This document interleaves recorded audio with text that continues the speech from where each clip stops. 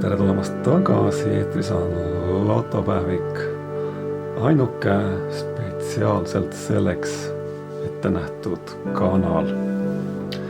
Täna läheb kraapimisele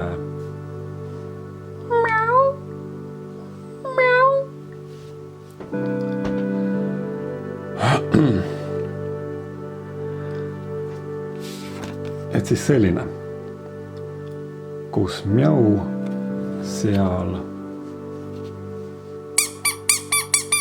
piiks.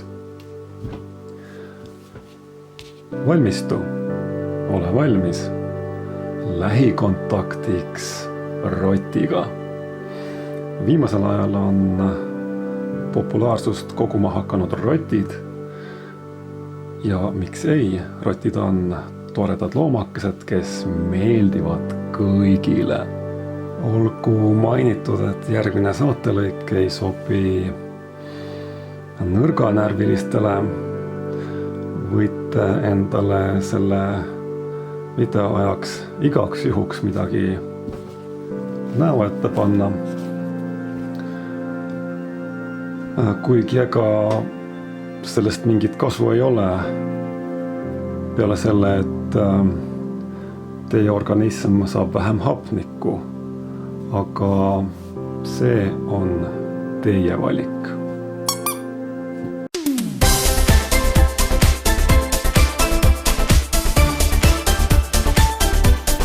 Et siis jah, rotid on lahti ja te saate nüüd veenduda nende headuses. Kodurott, kes on nimest hoolimata metsikrott, levis Eestisse 13. sajandi paiku. Enne seda Eestis rotte üldse ei olnud. Kas te kujutate sellist olukorda ette? Täna elu ilma rottideta. Ma arvasingi, et te ei kujuta. Kodus lemmikuna peetakse rändrotti, kes levis Eestisse 18. sajandil. Nüüd eelarvamustele vastupidiselt on rotid puhtad loomad. Kui teil on mõni tuttav rott, siis te teate, et päris suure osa ajast kulutab rott enda puhastamisele. Hügieeni mõttes on rott võrreldav kassiga. Kindlasti te küsite nüüd, et kuidas üks rott lõhnab? Väga hea küsimus. Ma vastan. Üks rott lõhnab täpselt nagu teie parim karusnahast kasukas või müts. Nüüd te küsite, et kuidas ma tean? Selle te peate ise välja mõtlema. Eks ole? Ja rott on õppimisvõimeline loom ja saab inimesega hästi läbi. Kodus elab rott spetsiaalselt selleks ette nähtud puuris, kuid lisaks sellele tuleks lasta rotil vahel vabalt ringi joosta. Loomulikult pead sa arvestama, et rotil on hambad, mis kogu aeg kasvavad, ehk rott peab saama hambaid teritada. Et kas see on elektrijuhe, mis läbi näritakse Brötse Estonica või närimiskivi, otsustab looma omanik. Et video väga pikaks ei läheks, siis roti teema lõpetuseks tuleb mainida, et rottidega saab hirmutada vastupidi tarkasid inimesi, kui te mõistate, mida ma sellega öelda tahan. Ja juhul, kui teil tekkis peale selle videolõigu nägemist vastupandamatu ja vältimatu soov ennast kuskile järjekorda võtta, mõni kehaosa ette keerata või ennast mõnda nimekirja kanda, siis see kõik on loomulikult vabatahtlik.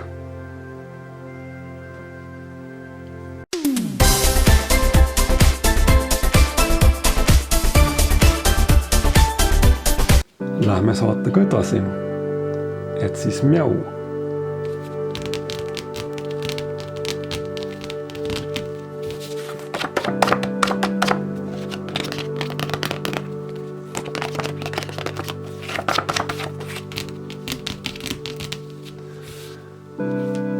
Mida teha tuleb? Kiisu ütleb, kratsi mu kõhtu. Leia hiir ja oled võitnud näidatud rahasumma. Leia käpajälg ja oled võitnud kõik rahasummad. Leia aasta ja oled võitnud 1000 eurot kuus 3 aastaks. No, pole paha. Kratsimiseks on meil täna selline raha ja ei muud, kui hakkame peale.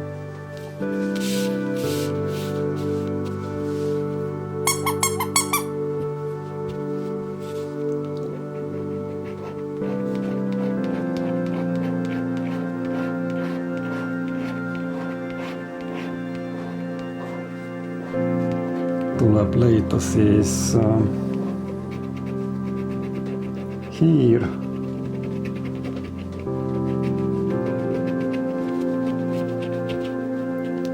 käpajälg või aasta. Välja on tulnud hari, kauss,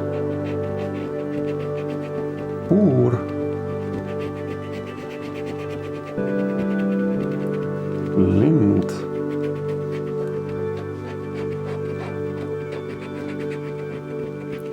rihm,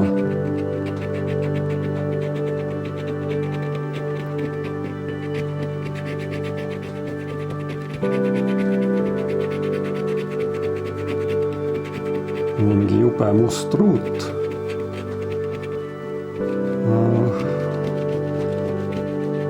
Ja tundub, et on vist kõik.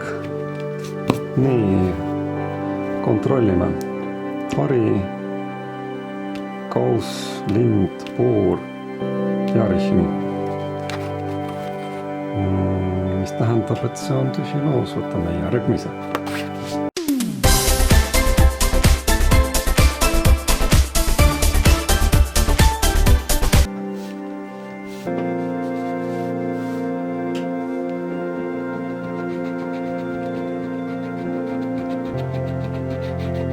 Siin on taas hari.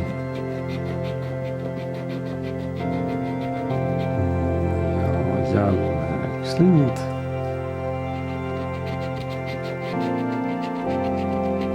Rihm.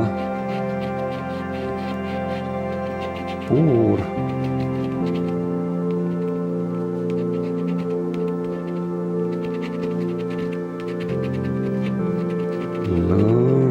Lõngakera.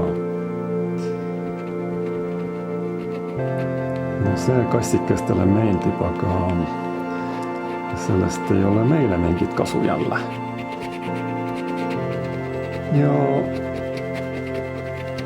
ka selle kiirloteriiga tundub olema asi selge.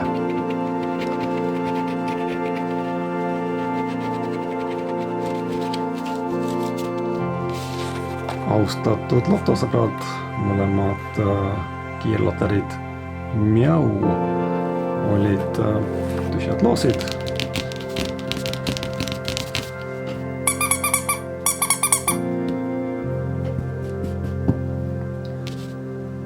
See oli meie tänane kraapimissaade. Palun pese käsi, ära rebi korki ära ja taara viimine selleks ette nähtud kohta on igaühele jõukohane. Kestujätlikuma homse nimel. Suur tänu vaatamast ja ei muud kui nägemiseni.